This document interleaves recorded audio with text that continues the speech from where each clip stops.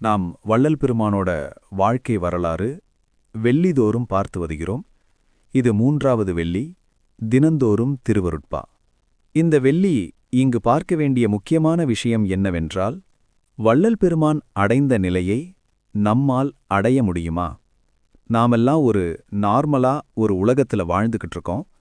அவர் மாதிரி நிலைகளெல்லாம் அடைய முடியுமா? அவர் அடைந்த நிலை என்னன்னு தெரிஞ்சுக்கே இவ்வளவு கஷ்டமா இருக்கே.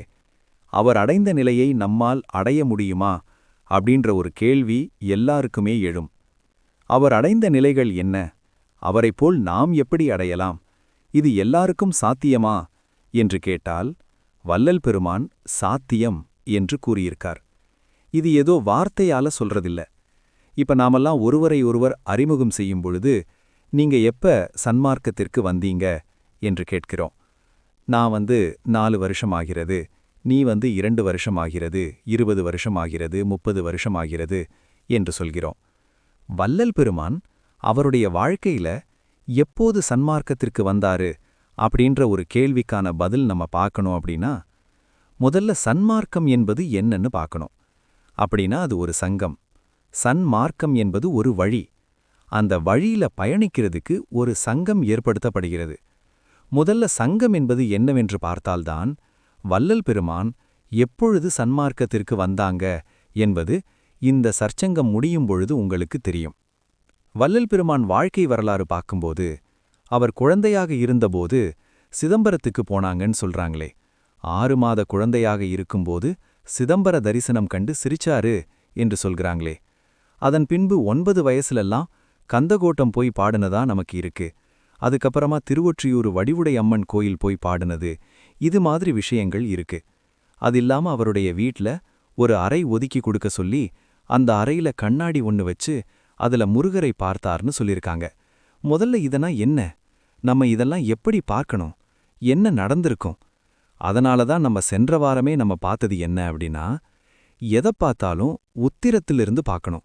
நாம பூர்வத்திலிருந்தோ பூர்வத்திலிருந்தோ பார்த்தா நமக்கு சன்மார்க்கமே புரியாது. வள்ளல் பெருமானை பற்றியும் புரிந்துக்க முடியாது. வள்ளல் பெருமான் எல்லாமே உத்திரோத்திரத்திலிருந்து சொல்லியிருக்காங்க. உத்திரோத்திரத்திலிருந்து உத்தரிச்சிருக்காங்க. நாம உத்திரத்திலிருந்தாவது குறைஞ்சபட்சம் பார்க்கணும். நாம பூர்வத்திலிருந்தோ பூர்வத்திலிருந்து பார்க்காம குறைந்தபட்சம் பூர்வோத்திரத்தில் பார்க்கணும். இந்த பூர்வோத்திரத்திலையும் நியாயத்தப்படி பார்த்தா தெரியாது. பூர்வோத்திர நியாய ஞானத்தப்படி, அதாவது ஒரு பூர்வ ஞானத்தோடு பார்க்கணும். அதுதான் பூர்வோத்திரத்திலிருந்து பார்க்கறது என்பது பூர்வ ஞானம். அப்படி பார்க்கும்பொழுதுதான் உங்களுக்கு உத்திர ஞானம் புரிய வரும். ஏன்னா வள்ளல் பெருமான் கொடுத்தது எல்லாமே உத்திர ஞானம். முதல்ல சங்கம்னா என்னன்னு பார்ப்போம். சமரச சுத்த சன்மார்க்க சத்திய சங்கம் அப்படின்னா என்ன? இது ரொம்ப முக்கியம். ஏன்னா இது தெரிஞ்சாதான் நமக்கு அடிப்படை புரியும். சங்கத்தை பத்தி தெரியாம நம்ம எதுவும் தெரிஞ்சுக்கிறது ரொம்ப ரொம்ப கடினம். பலமுறை சொல்லியிருக்கேன், சங்கம்னா சங்கத்து கூட சேர்ந்து பணியாற்றணும், சங்கம் சார்ந்து இருக்கணும், சங்கம் சார்பு தேவை அப்படின்றத நம்ம பலமுறை சொல்றோம். அதனுடைய முக்கியத்துவம் கொஞ்சம் புரிஞ்சுக்கோங்க. சமரச சுத்த சன்மார்க்க சத்திய சங்கம், அதனுடைய விளக்கம் எளிமையா புரிஞ்சுக்கணும் அப்படின்னா, சமரச வேத சன்மார்க்க சங்கம் அப்படின்றது முதல்ல விளக்கம் கொடுக்கறாங்க வள்ளல் பெருமான். சமரச வேதம் என்றால் எல்லா சமயங்களுக்கும் பொதுவாகிய அறிவு நூல் அப்படின்றத நம்ம புரிஞ்சுக்கலாம். அதாவது வேதங்கள் பலருக்கு, அந்த வேதங்கள் எல்லாம் அந்தந்த சமயத்துக்கு உரித்தான ஒரு வேதங்களாக இருக்கிறது, அந்தந்த மதங்களுக்கு உரித்தான ஒரு வேதங்களாக இருக்கிறது, அந்தந்த மார்க்கங்களுக்கு உரித்தான வேதங்களாக இருக்கிறது. திருக்குறளை நம்ம உலக பொதுமறை உன்னத திருமுறைன்னு சொல்லுவோம். இது எந்த சமய மதங்களையும் சாராத ஒரு நூல் அப்படின்னு சொல்லுவோம். அதுபோல அந்த திருவருட்பா வள்ளல் பெருமான் என்ன சொல்றாருன்னா, சமரச வேதம்னு சொல்றாரு. வள்ளல் பெருமான் வச்ச பேரு திருவருட்பா இல்ல, சமரச வேதம் அப்படின்னு தான் வச்சார். இந்த சமரச வேதம் என்றால் எல்லா சமய மத மார்க்கங்களுக்கும் பொதுவாகிய ஒரு அறிவு நூல் என்று வள்ளல் பெருமான் குறிப்பிடுகிறார். இந்த திருவருட்பாக்கு பேரு சமரச வேதம். அந்த சமரச வேதமும் எல்லா சமய மத மார்க்கங்களுக்கும் பொதுவாகிய ஒரு அறிவு நூல் அப்படின்ற பேரு. வேதம்னாலே அறிவு நூல். சமரச வேதம்னா என்னன்னா, சமரசம்னு சொன்னாலே எல்லா உயிரையும் பொதுவா பார்க்கிறது என்று அர்த்தம். இந்த எல்லா உயிரையும் பொதுவா பார்க்க சொல்லிக் கொடுக்கிற ஒரு வேதம் சமரச வேதம். இப்போ சமரச வேதம்னா என்ன? ஜீவகாருண்ய ஒழுக்கம். ஏன்னா எல்லா உயிரையும் பொதுவாக பார்க்கறது எப்படின்னு சொல்லி கொடுத்தது. எப்படின்னா அது நமக்கு கேள்வி பதிலா அமைச்சு நமக்கு எப்படி பார்க்கணும்னு சொல்லி கொடுத்தது தான் நமக்கு சமரச வேதமாகிய ஜீவகாருண்ய ஒழுக்கம். அதனுடைய விளக்கம் தான் மற்ற எல்லா பகுதிகளுமே. அது வள்ளல் பெருமான் கைப்பட எழுதினதிலேயே பார்த்துருப்போம். சுத்த சன்மார்க்க விளக்கம், ஜீவகாருண்ய ஒழுக்கம் அப்படின்னு எழுதியிருப்பாங்க. முடியும் போது இதனுடைய விரிவை சமரச வேதத்தில் கண்டுகொள்க அப்படின்னு சொல்லுவாங்க. அப்ப இதனோட விரிவு தான் சமரச வேதமா நீங்க போய் கண்டுகொள்க அப்படின்னு சொல்றாங்க. அந்த சமரச வேதத்தோட ஒரு சாராம்சம் தான் ஜீவகாருண்ய ஒழுக்கம். சன்மார்க்க சங்கம் என்றால் என்ன அப்படின்னு பார்க்கணும். சமரச வேத சன்மார்க்க சங்கம் தான் வள்ளல் பெருமான் முதல்ல துவங்கினதா நமக்கு ஒரு குறிப்பெல்லாம் இருக்கு. அவர் எப்போதிலிருந்து சன்மார்க்கத்துக்கு வந்தாரு அப்படின்னா, எனக்கு தெரிஞ்சு அவர் வந்த பிறகுதான் சன்மார்க்கமே வந்துச்சு. அதாவது சுத்த சன்மார்க்கம். சன்மார்க்கம் என்பது கடவுள் எப்போது இந்த சிருஷ்டியை படைச்சாரோ அப்போதிருந்தே இருக்கு. சன்மார்க்கத்துல பல சன்மார்க்கம் இருக்கு. வள்ளல் பெருமான் நடத்துறது சுத்த சன்மார்க்கம். அந்த சுத்த சன்மார்க்கத்துக்கான விளக்கம் சாதாரண சுத்தம் சன்மார்க்கம்னு சொல்லிட முடியாது. சமரச சுத்த சன்மார்க்க சத்திய சங்கம் நமக்கு 1972 வைக்கிறாங்க. அதுக்கு முன்னாடி சமரச வேத சன்மார்க்கம் சங்கம் அப்படின்னு சொல்றாங்க. சமரச வேதம்னாலே அறிவு நூல். சமரச வேதம்னா எல்லா உயிர்களும் பொதுவாக பார்க்கறதுக்காக ஒரு எழுதப்பட்ட ஒரு வேதம். முதல்ல சன்மார்க்க சங்கம் என்றால் என்ன அப்படின்னா, மார்க்கம் 4 எல்லாருக்கும் தெரியும். 1 தாச மார்க்கம், 2 சர்ப்புத்திர மார்க்கம், 3 சகமார்க்கம், 4 சன்மார்க்கம். இந்த 4 மார்க்கத்துல சன்மார்க்கம் என்கின்ற அந்த 4வதில் முடிவான 4வது மார்க்கத்தை அனுஷ்டிக்கின்ற கூட்டம். சங்கம்னா கூட்டம். சமரச வேத சன்மார்க்க சங்கம். சமரசத்துக்கு கொடுத்தாச்சு, வேதத்துக்கு கொடுத்தாச்சு, சன்மார்க்கத்துக்கும் கொடுத்தாச்சு. சங்கம் என்பது கூட்டம், சன்மார்க்கம் என்பது 4வது மார்க்கம். அதாவது இந்த 4 மார்க்கத்துல 4வது மார்க்கம் சன்மார்க்கம். இப்போ ஷடாந்த சமரச சுத்த சிவ சன்மார்க்கம் அப்படின்னா என்ன அப்படின்றத நமக்கு ஒரு விளக்கம் கொடுக்குறாரு. இங்கே தான் நமக்கு சுத்தம் வருது. இந்த சுத்தம் எதனால போடுறாங்க அப்படின்றத நம்ம பார்க்கணும். அதுக்கான விளக்கங்கள்லாம் கொடுப்பாங்க. ஷடாந்த சமரசம் என்றால் என்ன அப்படின்னா, முதல்ல சமரசத்தை பற்றி சொன்னாங்க. இப்போ ஷடாந்த சமரசம், ஷடாந்தம் அப்படின்னா என்னன்றதை சொல்ல போகிறாங்க பாருங்க. 6 அந்தங்களாகிய, அதாவது வேதாந்தம், சித்தாந்தம், போதாந்தம், நாதாந்தம், யோகாந்தம், கலாந்தம் ஆகிய அந்தங்களினது அந்தம் தனக்கு பூர்வமாக்கி தானும் தரத்தில் நின்று மருவியது ஷடாந்த சமரசம் அப்படின்னு வள்ளல் பெருமான் சொல்றாங்க. சமரச சன்மார்க்கத்துக்கு அனுபவம் அப்படின்னு இதனுடைய அனுபவம்லாம் சொல்ல போறாங்க. அதுக்கு முன்னாடி சுத்தத்தை பத்தி சொல்றாங்க. சுத்தம் என்பது சமய மத அனுபவங்களை கடந்தது அப்படின்றாங்க சுத்தத்துக்கு. இப்ப ஷடாந்த சமரசம்னா என்ன அப்படின்னா, அந்த 6 அந்தங்களினது அந்தமும் அதோடைய முடிவு, அதாவது வேதாந்தத்துக்கு ஒரு முடிவு, சித்தாந்தத்துக்கு ஒரு முடிவு, போதாந்தத்துக்கு ஒரு முடிவு, நாதாந்தத்துக்கு ஒரு முடிவு, யோகாந்தத்துக்கு ஒரு முடிவு, கலாந்தத்துக்கு ஒரு முடிவு. இந்த ஒருவருத்துக்கும் ஒரு முடிவு இருக்குல்ல, இந்த முடிவு இது எல்லாத்தையும் ஒட்டுக்கா ஒன்றுக்கு ஒன்று சமரசம் அப்படின்னு சொல்லுவாங்க. இந்த வேதாந்தத்தில் 2 அந்தங்கள் சமரசம், அப்புறம் நமக்கு சித்தாந்தத்தில் 1-2 சமரசம், அதுக்கப்புறம் வேதாந்தம் சித்தாந்தமே சமரசமாகுது, அப்புறம் அதுவே சுத்தமாகுது அப்படின்றது தான் நமக்கு சொல்லுவாங்க. அந்த சுத்தம் என்பது என்ன அப்படின்னா, சமய மத அனுபவங்களை கடந்தது அப்படின்றாரு. அப்போ சுத்த வேதாந்தம் சுத்த சித்தாந்தம் அப்படின்னு வழங்குறாங்களே அப்படின்னா, அப்போ பார்த்துக்குங்க, அவங்களே என்ன பண்ணுறாங்கன்னா அடுத்தடுத்த உத்தரத்துக்கு வராங்கன்றத ஒரு புரிய வைக்கிறார். அப்போ அப்படி உத்தரத்துக்கு எல்லாரும் முற்படுறாங்க. ஸோ அதனால் இப்போ சமரச சன்மார்க்கத்தில் சமரச சுத்த சன்மார்க்கம்னா என்ன? இப்போ என்ன சொல்றாரு? ஷடாந்த சமரச சுத்த சிவ சன்மார்க்கம் அப்படின்னு சொல்றாரு. இப்போ அவங்கெல்லாம் யாரை கடவுளா வழிபடுவாங்க, கடவுள் என்றவங்க எப்படி இருப்பாங்க அப்படின்றதுக்கான விஷயங்கள் சொல்லியிருப்பாங்க இல்லையா? இந்த வேதங்கள்லாம் என்ன சொல்ல போகுதுன்னா, கடவுள் பற்றி என்னன்ற விஷயங்கள் சொல்ல போகுது, வழிபாடு எப்படி செய்யணும்னு சொல்ல போகுது, இதெல்லாம் தான் சொல்ல போகிறாங்க. கரெக்டுங்களா? இப்போது ஷடாந்த சமரச சுத்த சிவ சன்மார்க்கம் என்ன சொல்லுது அப்படின்னா, முதல்ல ஷடாந்தம்ன்றது அந்த 6 அந்தம் அதெல்லாம் சமரசமாகிறது மட்டும் இல்லாமல் சுத்தமாகுது. சுத்தமான பிறகு அந்த ஆன்மாக்கள் இருக்கக்கூடிய நிலை தான் சுத்த சிவநிலை. அந்த சுத்த சிவநிலை பெறுவதற்காக ஒரு மார்க்கம் இருக்கு. அதுதான் ஷடாந்த அமரச சுத்த சிவ சன்மார்க்கம் என்று சொல்கிறார். இப்போ இதுக்கெல்லாம் அனுபவம் வேணும்ல. மற்ற எல்லா மார்க்கங்களுக்கும் ஒரு அனுபவத்தை சொல்லுவாங்க. என்ன கூட ஒரு சிலர் கேட்டாங்க, உனக்கு என்ன அனுபவம் இருக்கு அப்படின்னு கேட்பாங்க. வழக்கமாகவே அனுபவங்களை கேட்குறது வழக்கம் இல்லையா? சன்மார்க்கத்தில் இருக்கிறவங்க அனுபவம் இருக்கா இவங்களுக்கு, என்ன அனுபவம் இருக்குது அப்படின்னு கேட்குறதெல்லாம் வந்து ஒரு சாதாரண விஷயந்தான். அப்படி இல்லைன்னா அவங்க கூட கொஞ்சம் நேரம் உரையாடல் செய்யும்போது என்ன மாதிரி அனுபவம் இருக்குது அப்படின்றது. இப்போலாம் சன்மார்க்கத்தை பொறுத்த வரைக்கும் நான் பார்க்குற விஷயம் என்ன அப்படின்னா, வயதை வச்சு முடிவு பண்ண முடியல, ஆண் பெண் வச்சு முடிவு பண்ண முடியல, எதை வச்சுமே முடிவு பண்ண முடியல. அனுபவமெல்லாம் வந்து யார்கிட்ட என்ன நேரம் எப்படி வருது அப்படின்றது நமக்கு தெரிய மாட்டேங்குது. அந்த அளவுக்கு சன்மார்க்க காலம்ன்றது இதுவாக தான் இருக்கு அப்படின்றது நல்லா உணர முடியுது. நம்மளாம் ஒரு அனுபவம் சொல்லலாம். ஆனால் வள்ளல் பெருமான் இந்த சங்கத்தில் வந்து அவங்க அனுஷ்டானம் செய்யும் பொழுது அவர்களுக்கு வரக்கூடிய அனுபவங்களா எப்படிப்பட்ட அனுபவம் அப்படின்றத முதல்ல அனுபவத்தை அடிப்படையில் எக்ஸ்பிளைன் பண்ணுறாரு.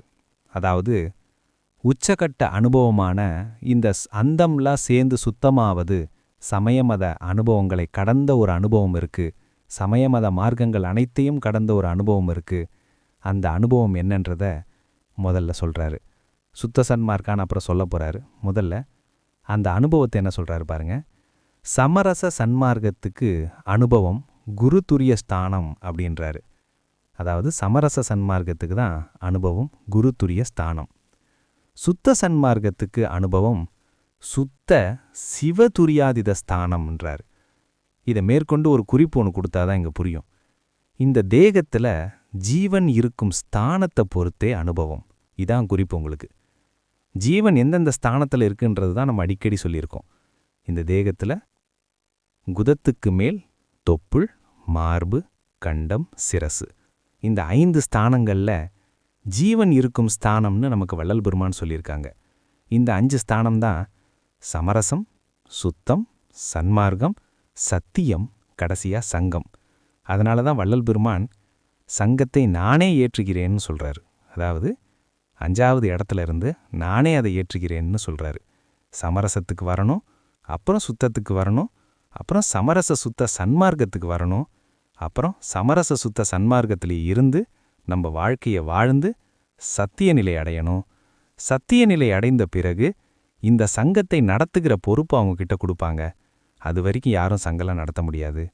நம்ம வேணும்னா சொல்லிக்கலாம், நான் சங்கம் வைக்கிறேன், நடத்துகிறேன், நம்ம சங்கத்து சார்பாக இது செய்கிறோம், அந்த சங்கத்து சார்பாக அது செய்கிறோம். சங்கத்து சார்ந்து முதல்ல சங்கம்னா என்னன்னு தெரியணும், அப்புறம் சங்கத்தை சாரணும், அப்புறமா சங்கத்தை சார்ந்தாதான் வள்ளல் பெருமான் நமக்கு சொல்லிக் கொடுப்பார். அது வரைக்கும் சுத்த சன்மார்க்கான வள்ளல் பெருமான் சொல்லிக் கொடுக்க மாட்டார். ஒரு தாழ்வான ஒரு அமைப்பு, ஒரு லயன்ஸ் கிளப்னு எடுத்துக்கோ, அங்கேயே ஒரு ரூல்ஸ் அண்ட் ரெகுலேஷன் இருக்குது. இங்கே ஆன்மாக்கள் எல்லாம் கரை தேர ஒரு சங்கம் வச்சிருக்கு. எடுத்தெடுப்பில் வந்து குதிச்சிட முடியுமா? கொஞ்சம் யோசிச்சு பாருங்க. அப்போது வள்ளல் பெருமான் எப்போ சங்கத்துக்கு வந்தாங்க அப்படின்றத விட வள்ளல் பெருமான் வந்த பிறகு தான் சங்கம்னே வந்துச்சு. அதை நம்ம புரிஞ்சிக்கணும். இது வரைக்கும் இல்லை. இந்த இகத்திலே பரத்தை பெற்றுக்கொள்ள வருவிக்க உற்றாரா, ஆண்டவரால் வருவிக்க உற்றாரா அப்படின்னு சொல்லி எழுதுறாங்க. சரி, சமரச சன்மார்க்கத்திற்கு அனுபவம் குருத்துரிய ஸ்தானம். இது ஒருவாறு தத்துவராயர் அப்படின்றவர் ஒருவாறு அடைஞ்சிருக்காரு அந்த நிலையை அப்படின்னு சொல்றாரு. ஆனால் அதுக்கும் சுத்த சன்மார்க்கத்துக்கும் எந்த சம்பந்தமும் கிடையாது. முதல்ல புரிஞ்சுக்கணும். அது சமரசன்மார்க்கத்துக்கு அனுபவம். அதில் அடுத்த கட்டமாக தாயுமானவரை வச்சுக்கலாம். வள்ளல் பெருமான் நமக்கு எடுத்து சொன்னதில் அப்படி வச்சுக்கலாம். சரி, அவங்க எல்லாமே அந்த லிஸ்ட்டில் இருக்காங்களா ஐயா? நம்ம எப்படி அப்போ சுத்த சன்மார்க்கத்தில் இருக்கிறோன்னு சொல்லிக்கிறோமே, இருக்குமா இல்லையா பார்த்துருவோம். இருக்குமா இல்லையா, சங்கத்தில் இருக்குமா இல்லையா? நீங்கள் ஒரு சில தம்பிங்கெல்லாம் வந்து யூடியூப்பில் சொல்கிறத கேட்கலாம். அதாவது தத்துவராயரை பற்றி ரொம்ப விமர்சையாக எடுத்து சொல்லுவாங்க. அது மாதிரி பல இளைஞர்கள் இன்றைக்கி சன்மார்க்கத்தில் இருந்து கொண்டு தாயுமானவரை ரொம்ப சிறப்பாக எடுத்து சொல்கிறவங்க இருக்காங்க. அதாவது வள்ளல் பெருமானுக்கு அடுத்ததாக இவங்கெல்லாம் வந்து இருக்கிறதா வந்து சொல்லுவாங்க. ஒரு சிலர் வந்து திருவள்ளுவர் பற்றி சிறப்பாக சொல்லுவாங்க. இதெல்லாம் யாரு கூடயும் வள்ளல் பெருமான் வந்து ஒப்பிட்டு கூட பார்க்க முடியாதுன்றதுக்கான ஒரு விஷயத்தை தான் இப்போ நம்ம அடுத்து பார்க்க போகிறோம். அதுதான் சுத்த சன்மார்க்கத்துக்கு அனுபவம். அந்த சுத்த சிவ துரியாதீத ஸ்தானம்னா என்ன? அதுக்கு இடையில் இருக்க ஸ்தானம் குரு துரியாதீதம். அதாவது குரு துரியத்துக்கே அவங்க அப்படி தான் டச் பண்ணியிருக்காங்க அப்படின்னு ஒருத்தர் தான் சொல்கிறாரு. நம்ம தான் இன்னும் 2-3 பேரை சேர்த்துக்கிறோம். அதில் ஒருத்தர் ஆளே கிடையாது. திருவள்ளுவர் அப்படின்ற ஒரு உருவாக்கப்பட்ட ஒரு கேரக்டர். வள்ளுவம் அப்படின்றது ஒரு மார்க்கம், அவ்வளோதான். சங்கராச்சாரியார்லாம் யாரை போய் சங்கராச்சாரியார்னு சொல்லுவீங்க? அது மாதிரி தான் இது. இப்போ ஒருத்தர் வராரு, அவரும் சங்கராச்சாரியார் தான். ஆச்சாரியர்கள். அவங்கெல்லாம் ஆச்சாரியர்கள். வள்ளல் பெருமான் தேவர்கள்னு கூப்பிடுறாரு. தேவன் குரலில் காண்கன்னு தான் சொல்றாரே தவிர்த்து திருக்குறள்ல போய் பாருங்க, திருவள்ளுவர் எழுதிக்கார போய் பாருங்க அப்படின்னா சொல்லல. தயவு அதிகமா உள்ளவங்க தேவர்கள்னு சொல்றாரு. அப்படி தயவு அதிகமா உள்ளவங்க எழுதுனதெல்லாம் ஒரு குரல் வடிவா ஒருத்தர் தொகுத்தாரு. அவர் அதுக்கப்புறம் என்னெல்லாம் பண்ணாரு, அதுக்கப்புறம் ஒன்றாக வெளியிட்டு நமக்கு மொத்தமா சொன்னதுதான் பெரிய விஷயம். அதனால தான் வள்ளல் பெருமான் உண்மையை புறம்கவி கூறாமல் மண்ணை போட்டு மறைத்து விட்டார்கள்ன்றது அடிக்கடி சொல்லியிருப்பேன். இதெல்லாம் மண்ணில் புதை கொண்டிருந்ததாகவும் இந்த ஓலைச்சுவடியெல்லாம் அதை ஒருத்தவங்க ஞானத்தை பெற்று எடுத்ததாகவும் எல்லாம் கட்டுக்கதைகள் எல்லாமே, எதுவுமே உண்மை கிடையாது. அப்போ எப்படி அதை ஒருவர் எழுதியிருப்பாங்க? அது ஒரு ஆள் இருப்பாங்க. முதல்ல இது எப்படி வந்துச்சுன்னே நமக்கு கட்டுக்கதைகளாக இருக்கு. மாணிக்கவாசகர் என்பவர் யாரு? அவர் ஒரு நபரா இல்லையா அப்படின்றது வள்ளல் பெருமான் நமக்கு ரொம்ப தெளிவாக சொல்லியிருக்காங்க. ஒழுவிலொடுக்கத்திலே பாயிர விருத்தியில் அங்கங்கே சொல்லியிருக்காங்க. அப்படி இருக்கும்போது அவர் எப்படி திருமந்திரத்தை எடுத்திருப்பாரு, திருக்குறள் எடுத்திருப்பாரு? இதெல்லாம் கொஞ்சம் நம்ம யோசிக்கணும். அப்போது இதெல்லாம் கடந்து நம்ம உண்மைக்கு வரணும் அப்படின்னா நீங்கள் தத்துவராயர் போன்றவங்களையும், அதாவது உண்மைக்கு ஓரளவு கிட்டத்தட்ட நம்ம புரிஞ்சிக்கணும்னா நீங்கள் தத்துவராயர் பாடல்களையும் அதே போல் நம்ம தாய்மானவர் பாடல்களையும் பார்த்தீங்கன்னா அந்த உண்மைக்கு, அந்த உயிரிறக்கத்துக்கு வந்திருப்பாங்க. அந்த ஸ்தானத்துக்கும் அந்த குருதுரிய ஸ்தானத்துக்கும் நம்ம வள்ளல் பெருமான் கூறுகின்ற சுத்த சன்மார்க்கத்துக்கு ஸ்தானம் சுத்த சிவதுரியாதீத ஸ்தானம் அப்படின்னு சொல்கிறாங்க. இந்த 2 ஸ்தானத்துக்கும் இடையில உள்ளதெல்லாம் எக்கச்சக்க கேப்பு. அதெல்லாம் சொல்லவே முடியாதுங்க. அப்படிப்பட்ட ஒரு பெரிய கேப் ஏன் அப்படின்னா, குரு துரிய ஸ்தானம், குரு துரியாதீத ஸ்தானம், சுத்த சிவ சாக்கிரதம், சுத்த சிவ சொப்பனம், சுத்த சிவ சுளுத்தி, சுத்த சிவ துரியம், சுத்த சிவ துரியாதீதம் 5 நிலைகளை கடந்தது. அந்த 5 நிலைகள் தான் வள்ளல் பெருமான் 5 மலங்களாக நமக்கு சொல்கிறாங்க.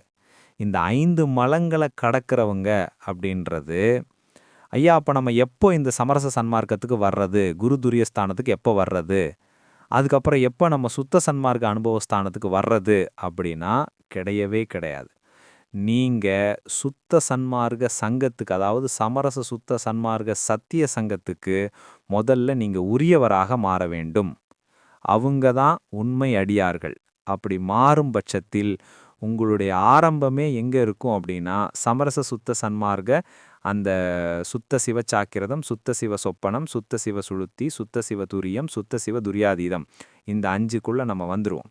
அதை தான் வள்ளல் பெருமான் நமக்கு பச்சை திரையாக அமைத்து நமக்கு இந்த மயக்கங்களை எல்லாத்தையும் நீக்கி சுத்தமடையும் பொருட்டு, அந்த மருள் அடைவு விலகும் பொருட்டு நமக்கு சுத்த சன்மார்க்கத்தை கொடுத்துருக்காங்க. இப்போ இந்த ஜீவன் இருக்கிற ஸ்தானம் அப்படின்றத இதெல்லாம் எந்த மார்க்கமும் பேசலை. நம்ம மார்க்கம் அந்த அளவுக்கு எடுத்துகிட்டு நம்மளை நிறுத்தியிருக்காங்க. அதனால் யாரும் கவலை கொள்ள வேண்டாம். உயிரிறக்கம் என்பது ஒரு சுவகுணம் மட்டுமே. எவ்வுயிரும் தம்முயிராக பார்ப்பதே நம்ம சுத்த சன்மார்க்க சாதனம். அது எல்லாத்துக்கும் மேலானது, மேலானது, மேலானது. இது ஒன்றே சாத்தியத்துக்கு வழிவகுக்கும். மற்றதெல்லாம் சாதக நிலையிலேயே வைத்திருக்கும். அந்த ஒரு ஆணித்தரமான ஒரு நம்பிக்கை உங்கள் எல்லாருக்கும் வேண்டும். அந்த எவ்வுயிரையும் தம்முயிராக பார்ப்பதற்கு பொதுவாக நம்ம முதல்ல பார்க்கணும். அந்த பொதுவாக பார்க்கறதுக்கு நமக்கு ஜீவகாருண்ய ஒழுக்கம்னு மட்டும் நம்ம நினச்சிக்க கூடாது.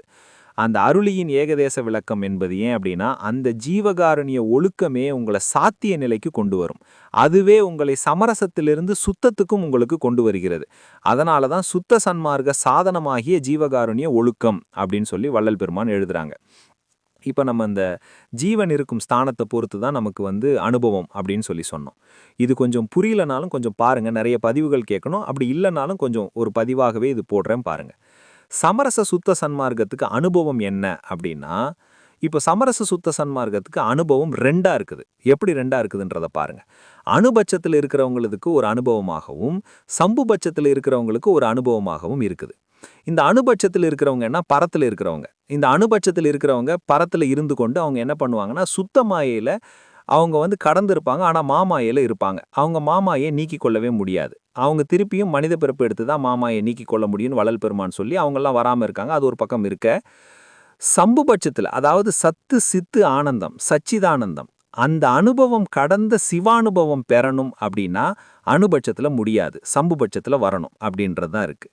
அந்த சம்புபட்சத்தில் கூட யாரும் வரல. நம்ம அதான் சொல்லியிருந்தோம். வள்ளல் பெருமான் சம்புபட்சம் அப்படின்றத நம்ம சொல்லியிருந்தோம். வள்ளல் பெருமான் என்ன பண்ணுறாருன்னா, சம்புபட்சத்துக்கு வந்த உடனே அவருக்கு சச்சிதானந்த அனுபவத்தை கடந்த சிவானுபவம் அவர் பெற்றார்.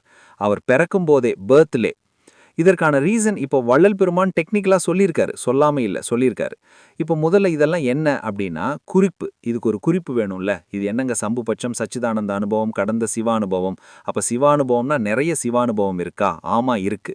சிவம்னால எத்தனையோ சிவம் இருக்கு. அப்ப அனுபவம் மட்டும் வெவ்வேறா இருக்குமா? ஆமாம், வெவ்வேறா தான் இருக்கும். பரசிவம், மெய் சிவம், அருள் சிவம், சுத்த சிவம் இப்படியெல்லாம் இருக்க நம்ம சுத்த சிவ சன்மார்க்கம் தான் நமக்கு சொல்றாங்க. நமக்கு சுத்த சிவ அந்த நிலை தான் நமக்கு சொல்றாங்க. அப்ப நமக்கு சுத்த சிவானுபவம் வேணும் அப்படின்னா நமக்கு நேராவே எடுத்துட்டு வந்து சிவானுபவம்லாம் கூட இல்ல, சுத்த சிவானுபவம் எடுத்து வந்து நமக்கு கொடுக்குறாங்க. எப்படி கொடுக்குறாங்க? மற்றவங்கெல்லாம் ஏன் அதை பெற முடியல? முதல்ல அதுக்கு ஒரு குறிப்பு ஒன்று கொடுக்கணும். மாற்று அப்படின்னா முதல்ல நம்ம என்னன்னு தெரிஞ்சுக்கணும். மாற்று, வயது, அனுபவம் இது எல்லாத்தையும் கொஞ்சம் ஒரு சேர வச்சு பாருங்க. 5 மாட்டு சுத்த தேகி பிரம்மன். 4,32,000 அப்படின்னு சொல்றாங்க அவருடைய காலம். 9 மாட்டு சுத்த தேகி அவருடைய ஆயுஸ் வந்து என்ன? சதாசிவன். அது நடுவில் உங்களுக்கே தெரியும். சதாசிவனோடது 43,20,000. மேலும் பட்சபேதத்தை பொறுத்தும் ஆன்ம பக்குவ அபக்குவம் பொறுத்தும் வயது அனுபவம்லாம் மாறும்ன்றாரு வள்ளல் பெருமான். மேற்குறித்த அவங்களெல்லாம் பரமான்மாக்கள், அதாவது சாமானிய ஜீவர்கள். நாமெல்லாம் அனுபட்சத்தில் ஜீவ ஆன்மாக்கள் அப்படின்னு சொல்றார். அந்த பட்சபேதத்துக்கு வராரு கொஞ்சம் கொஞ்சமா. வந்துட்டு இப்ப சொல்றார் பாருங்க. ஜீவகாருண்யத்தால் விந்துவாகிய ஜீவான்மாவும் நாதமாகிய பரமான்மாவும் கூடி மாற்றறியா சுத்த தேகம் பெற்று சிவானுபவத்தை கடந்து ஆன்மாக்கள் உண்மை கடவுள் அனுபவம் பெறலாம். உயர் பிறப்பாகிய மனித பிறப்பு கடவுள் அனுபவம் பெற்று கடவுள் மயமாகவே நமக்கு கொடுக்கப்பட்டது என்று உண்மையாக நம்பி ஜீவகாருண்யத்தில் பழக வேண்டும். சம்புபட்சத்தில் அவக்குவம் இல்லை, பக்குவம் மட்டுமே. ஆகையால் நாதத்தோடு விந்து கூடிய ஆன்மாவில் கடவுள் அருள் வெளிப்பட்டு அத்தருணத்தில் அதீதமாகிய சுத்தமாதி 3 தேகமும் பெற்று அதீத நிலையாகிய சத்திய நிலை அனுபவங்களை பெற்று கடவுள் நிலை அறிந்து அம்மயமாகி அவரே தோன்றி சுத்த ஆன்மா இடத்தில் தோன்றி இறந்தவரை உயிர் பெற்று எழுதல், மூப்பினர் இளமை பெற்று நிற்றல் முதலிய பல வகை அற்புதங்களை புரிவார். சுத்த சன்மார்க்க அனுபவம் பெற்று பின் சக்தி நிலை அனுபவங்களை பெற்று வாழவே சமரச சுத்த சன்மார்க்க சத்திய சங்கம் இச்சங்கத்தின் கொள்கைகளை கடைபிடித்து ஒழுகி பல்கால் பழகும் கூட்டம் நாமெல்லாம் என ஒருவாறு கொள்ளலாம். நன்றி.